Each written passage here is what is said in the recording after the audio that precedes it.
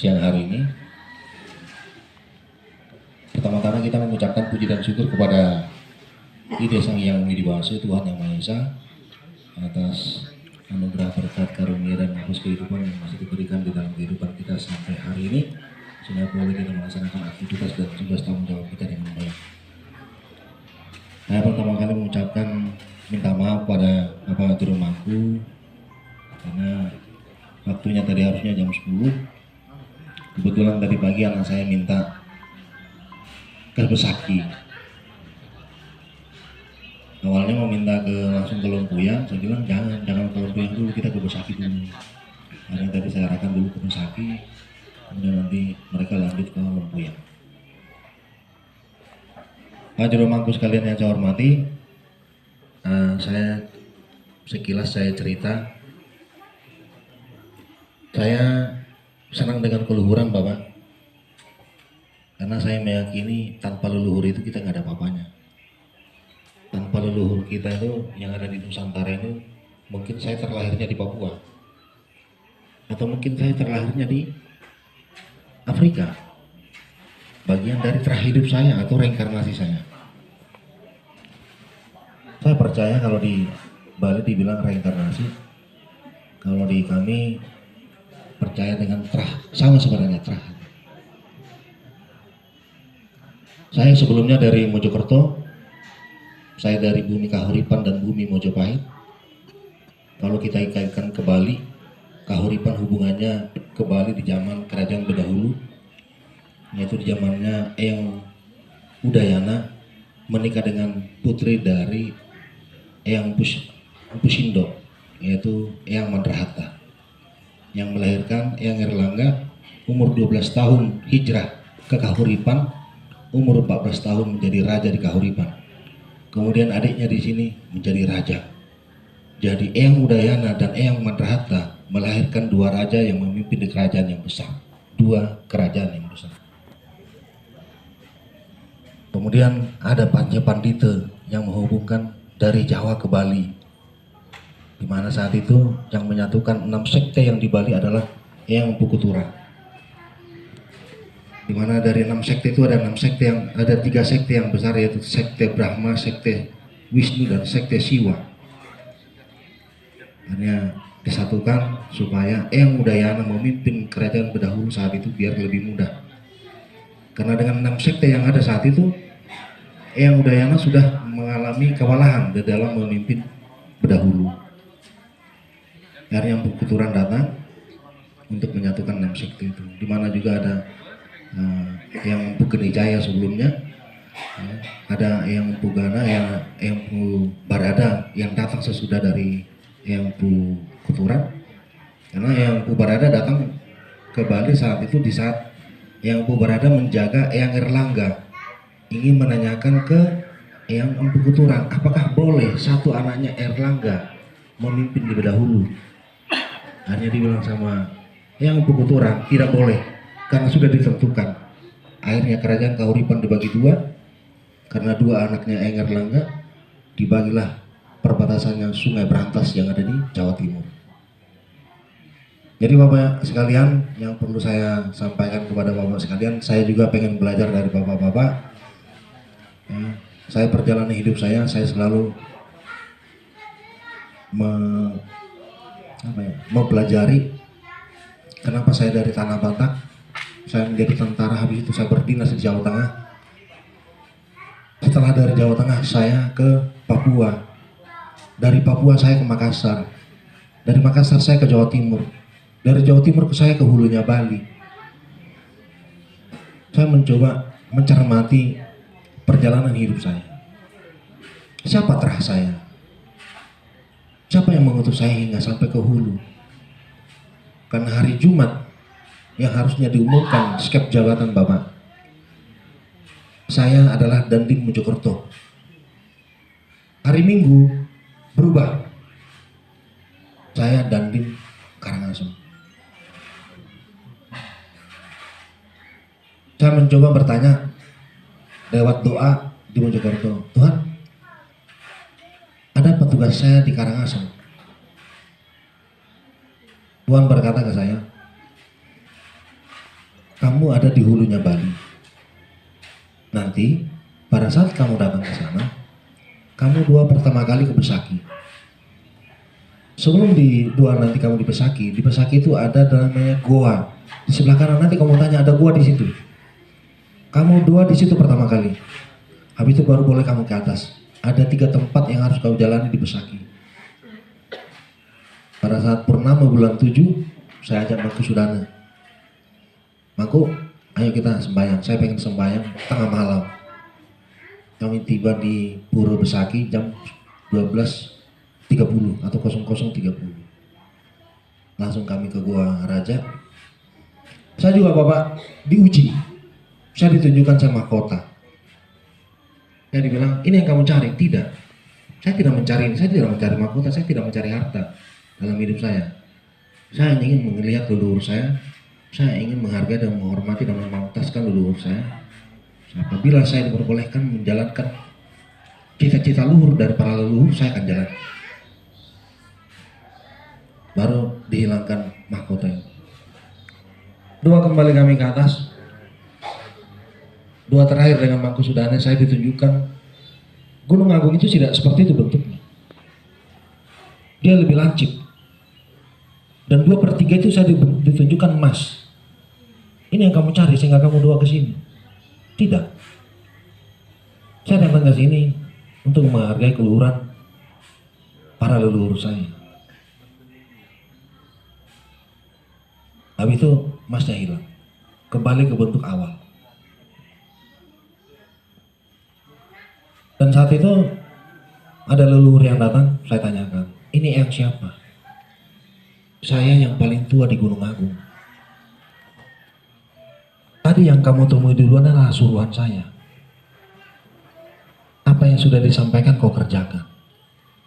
Dan kau sampaikan kepada setiap orang Bali yang kau temui di tanah Bali, supaya menjaga kemurnian keluhuran sejati.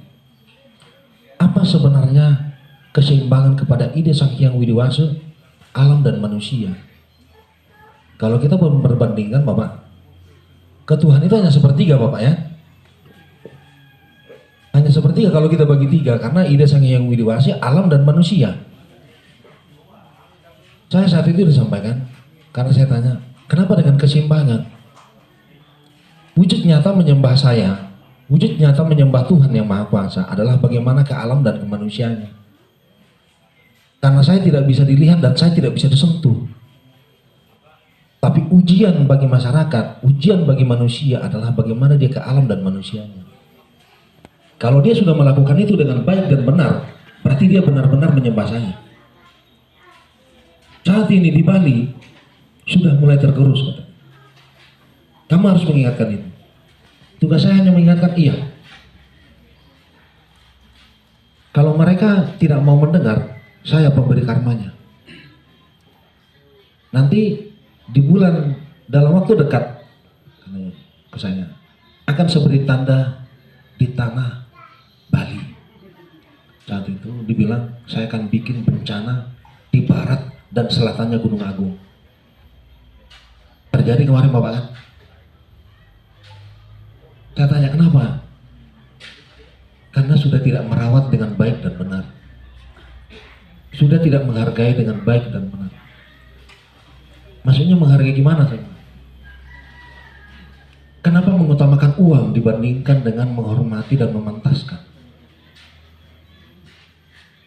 Padahal kita membuat itu semua adalah untuk kehidupannya mereka sekarang. Kalau tidak dirawat Besaki dengan baik dan benar, saya akan datangkan berlipat kali ganda dari 63. Jangan berharap Besaki aman. Lebih baik saya hancurkan daripada tidak dihargai dan dihormati dan tidak pantaskan. Itu yang disampaikan ke saya pada saat itu dan saya sampaikan juga ke Mangku Sudana. Ini kita Bapak-bapak sekalian, Pak Jero Mangku, saya tahu di Bali ada rasa tidak enak. Iya Bapak ya? Iya. Saya juga udah ketemu dengan Jero Mangku Wangi ya? Yang di Lembu ya. Ada yang salah, saya lihat di situ. Saya bilang, Pak Jero kenapa nggak diomongkan? Saya sudah ngomongkan, tapi cuma sekali. Harus diomongkan berulang-ulang. Kalau ini salah, Pura Penataran Lempu yang adalah salah ditempatkan untuk mencari uang sesuai dengan fungsi dari kaki ke Madi, Madi ke Utama. Madi adalah mempersiapkan hati, diri, dan pikiran ini untuk masuk ke Utama bersembahyang. Mempersiapkan sesajennya sebagai simbol rasa syukur kepada ide Sang Hyang Widiwasi dan para leluhur. Tapi Madi digunakan mencari uang. Hanya dibuka pintu di telinga. Begitu kita mau masuk sembahyang di Pura Penataran Lempuyang, pintunya berada di depan jero mangko yang memimpin sembahyang. Fungsi Madinya tidak digunakan dengan baik dan benar. Kenapa? Karena uang, mencari harta. Kalau untuk mencari harta, kenapa nggak dibangun pura, dibangun gerbang untuk mencari uang? Dibangun gerbang seperti itu mengarah ke Gunung Agung. Benar nggak Bapak sekalian? Tapi jangan menghilangkan fungsi sejatinya dari Madinya yang dibuat oleh para leluhur.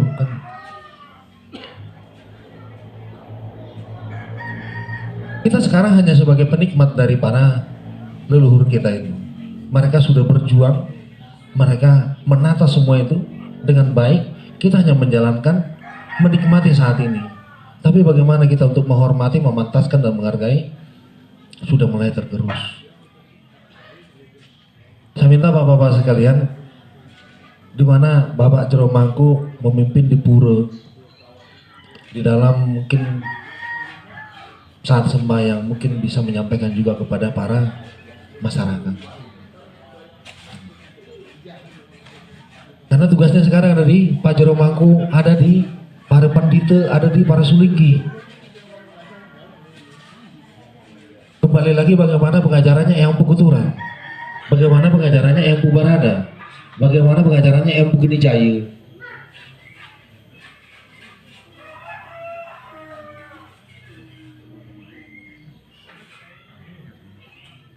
Sama dengan seperti di Pura Silayuti.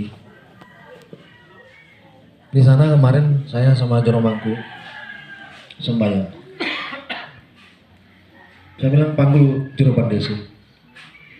Panggil Jero Pandesi. Saya bilang, Pak Jero, saya bulan 7 udah kesini. Semak-semaknya ini seperti ini. Saya sekarang kesini lagi bulan 10. Semaknya sama.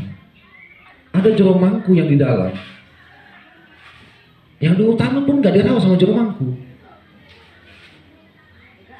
Saya lihat dong, apakah memimpin sembahyang Jero Mangku tidak mau merawat yang utama? Padahal itu tugasnya. Saya bilang sama Jero Pandesi, Pak Jero, besok kita bersihkan ini ya. Oh tidak Pak Dandim, saya akan membersihkannya nanti setelah purnama. Loh kok bisa? Karena saya sedang menyiapkan pura di desa supaya nanti pada saat purnama para batare hadir. Saya doakan di sini para batare tidak akan hadir. Oh ini tempatnya yang Pukuturan yang datang menyatukan 6 sekte di Bali. Jero Pandesi sebagai pengomponnya di sini. Ini dulu rawat supaya para batare hadir. Tak doakan tuh. Saya tadi baru sembahyang di dalam. Oh ya Pak Dandim, besok kita kerjakan. Langsung dikerjakan. Ini kan saya lihat bapak-bapak sekalian, mana yang paling utama, mana yang harus dikerjakan, didahulukan, sudah mulai agak berkurang. Kemudian kalau kita mencermati Bapak, di Muncan ada sumber air suci. Kemarin saya ketemu sama Pak Jero, saya langsung doa di dalam.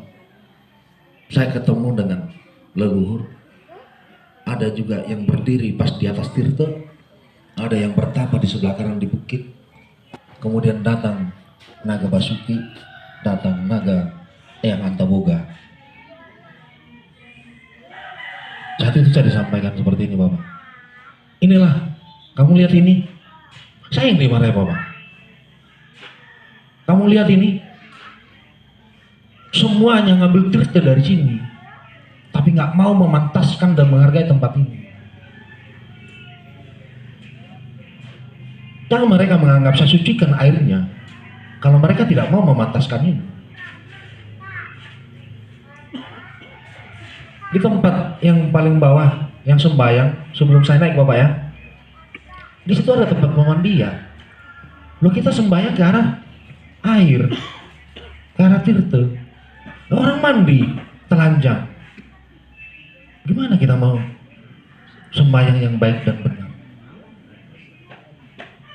Di bawah ada tempat untuk cuci kendaraan. Kenapa harus di situ cuci kendaraan dan mandi? Fungsi penghargaan kita terhadap kemurnian keluhuran sejati di tanah Bali, apalagi kita di hulunya Bali, sudah mulai tergerus. Tugasnya kita, ya kita ini Bapak, yang harus mengingatkan itu.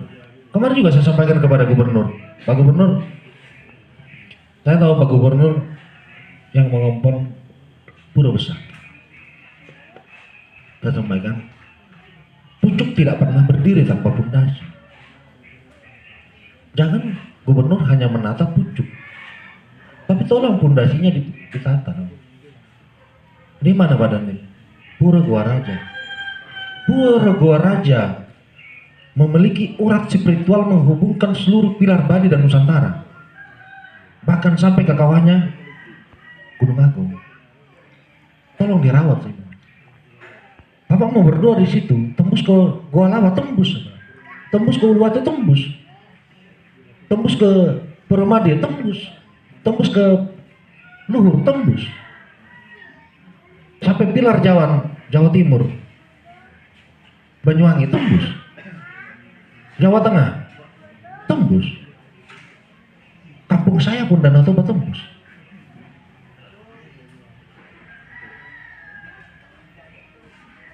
Tolong dirawat ini. Pura Uluwatu pun sudah mulai tergerus. Kenapa saya bilang tergerus? Karena seluruh pura yang dibangun oleh para leluhur kita ada uratnya ke laut. Makanya kita dulunya ada sembahyangnya juga, mungkin sampai sekarang juga kita ada sembahyang ke laut Bapak kan? Ada. Karena yang pekuturan pun nyampe di Bali, di Padang Bayi, atas bantuan dari Ratu Adil, Ratu Pertiwi.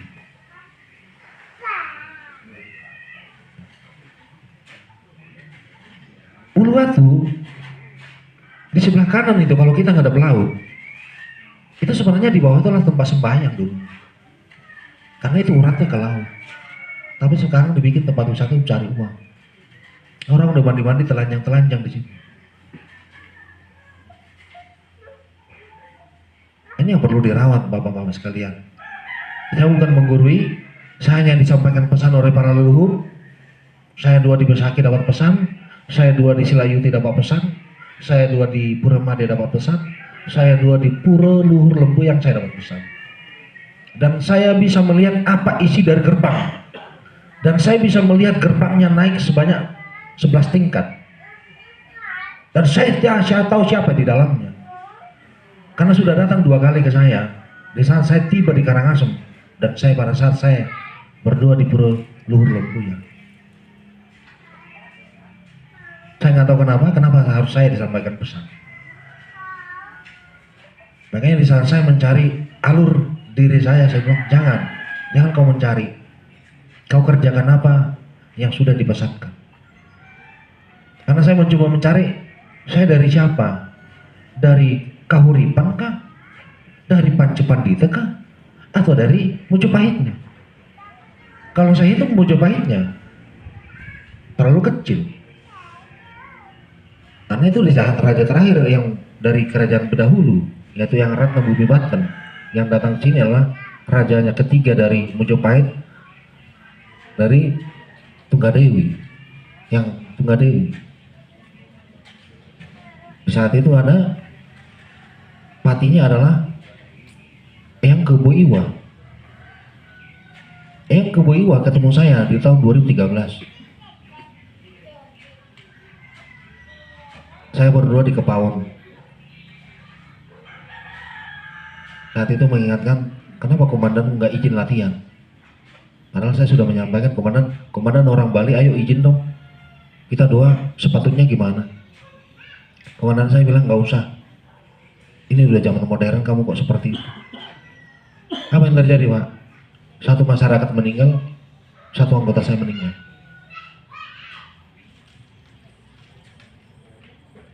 Di saat Pak Wisnu Bautanaya jadi Pangdam. Bapak Ibu sekalian yang saya hormati, saya bukan menggurui, saya hanya menyampaikan pesan. Saya senang keluhuran. Dari kecil SMP saya sudah mempelajari siapa diri saya, dan saya mencari tahu Tuhan menciptakan saya untuk apa di dunia ini, apa tugas yang harus saya kerjakan. Karena saya bertanya-tanya dalam diri saya, tidak mungkin Tuhan menciptakan saya melalui orang tua saya tanpa tugas. Kita diciptakan berbeda-beda, tetapi untuk kebaikan, saling menopang, saling mendukung satu sama lain untuk kebaikan hidup dan kehidupan. Kalau kita diciptakan semua sama Bapak, sama-sama memiliki kemampuan ahli listrik, ya kita Truman kita nih, ya kan? Tapi ada yang ahli tukang, ada yang ahli kabel, ada yang ahli colokan, ada yang ahli trafo, ada yang ahli bolam. Begitu jadikan satu, jadilah terang. Kalau kita, saya selalu menyampaikan, manusia itu wadahnya beda-beda. Yang wadah besar, jangan sombong dengan wadah besar, karena tugas tanggung jawabnya pun besar. Wadah yang kecil, jangan merasa kecil, tapi jadilah wadah yang sesuai. Misalnya, wadahnya adalah cangkir, jadilah cangkir yang benar. Wadahnya teko, jadilah teko yang benar. Wadahnya galon, jadi galonlah benar. Wadahnya bak, jadilah bak yang benar untuk berbagi.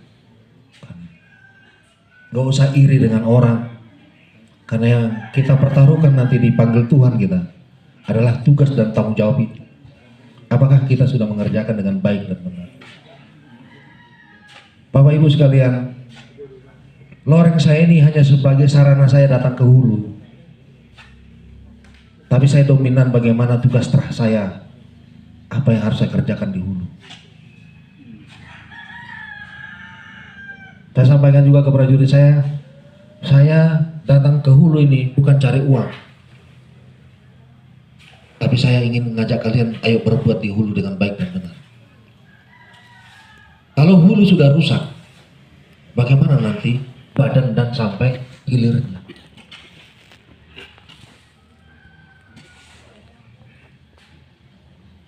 Saya yakin Bapak-bapak sekalian, apabila saya mungkin kurang di dalam penyampaian atau kurang pas atau ada yang kurang berkenan, nanti kita bisa diskusi. Saya hanya menyampaikan kepada Bapak Ibu sekalian apa yang sudah dipesankan ke saya. Saya juga sudah memesankan juga kepada Puri Karangasem, apa yang salah di Tirtegangge, apa yang salah di Puri Taman Ujung, dan apa yang salah di Puri Agung. Saya juga sudah mencoba bagaimana diskusi dengan Buk-Buk, karena saya tahu juga sejarahnya Buk-Buk, saya tahu sejarahnya Purwoguma. Bagaimana dulu di kerajaan Karangasem mereka menjadi ahli strategis di dalam perang dan maupun perdagangan ekonomi digunakan oleh kerajaan Karangasem. Saya paham itu, saya tahu karakternya. Kemarin saya sudah coba datangin satu persatu untuk ayo kita musyawarah mufakat untuk kedamaian dan keharmonisan. Jangan gara-gara ada gula kita punya kepentingan, karena yang rusak adalah masyarakat orang banyak, masyarakat luas. Jangan karena kita mementingkan kelompok kita sendiri. Saya sudah berapa kali diskusi sama mereka dan saya cuma menjelaskan bagaimana kita berjalan sekarang ini harus kembali ke kemurnian keluhuran sejati. Bapak Ibu sekalian, ada juga perjanjian yang mungkin harus kita pegang di tahun 2027, bahwa Eyang Sabdopalo atau Eyang Semar akan menagih janji 500 tahun dari 1527. Berarti penagihan janji adalah di 2027. Apa yang ditagih oleh Eyang Semar? Yang ditagih adalah kita kembali ke budi. Seperti pengajaran dari Eyang Peguturan, bangunlah pura di hatimu. Kalau di agama Islam dibilang bangunlah Ka'bah di hatimu. Agama Kristen dibilang bangunlah gereja di hatimu. Kenapa dibilangnya seperti itu? Karena Tuhan itu tidak pernah jauh. Hanya kita manusia yang sering menjauh. Padahal Tuhan itu ada di dalam diri kita. Tapi kita sering menutup Dia dan kita menjauh.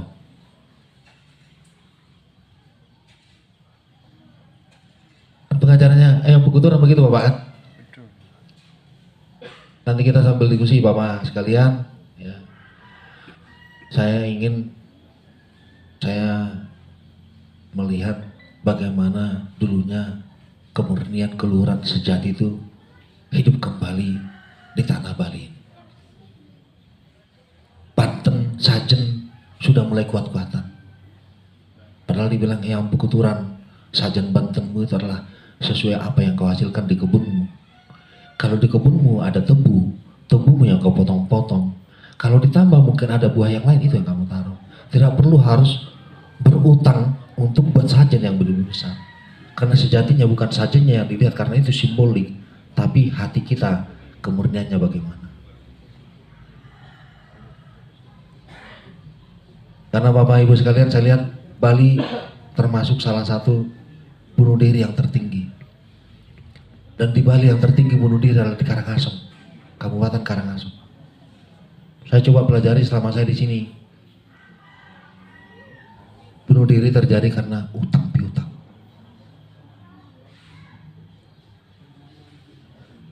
Dari mungkin 10 yang bunuh diri, 8 adalah utang piutang. Berarti 80% utang piutang. Sudah menghadap kakaknya, menghadap saudaranya, tidak ada jalan keluar, akhirnya pergi ke pohon nangka.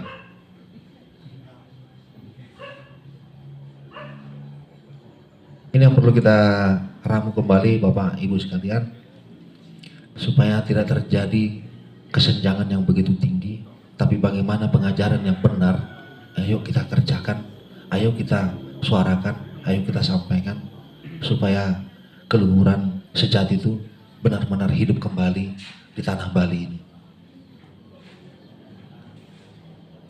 Saya juga kemarin di buku Bapak saya bilang, ayo kita fungsikan pura yang di desa adat. Kemarin mau pelantikan dibilang ke pura Balai Agung. Datang kelompok yang ini, datang ke pura Busa. Akhirnya saya bilang, ini tidak ada mufakat, ayo kita dong ke pura dalam, saya bilang. Berani nggak menyampaikan semua yang kalian sampaikan menganggap benar, ayo sampaikan di pura dalam. Tidak ada yang berani. Saya bilang saya berani menyampaikan semua pesan leluhur di pura dalam. Apa yang disuarakan akan saya suarakan. Saya bilang sama mereka, kalian mau benci saya silahkan benci saya. Tapi niatan saya baik. Saya lebih baik dibenci manusia daripada dibenci Tuhan saya. Saya nggak takut dengan manusia, saya takutnya hanya Tuhan. Saya takut tidak mampu mengerjakan tugas yang diberikan oleh Tuhan kepada hidup saya. Takut saya. Takut saya mengambil haknya orang yang membuat orang itu menjadi sengsara. Takut saya.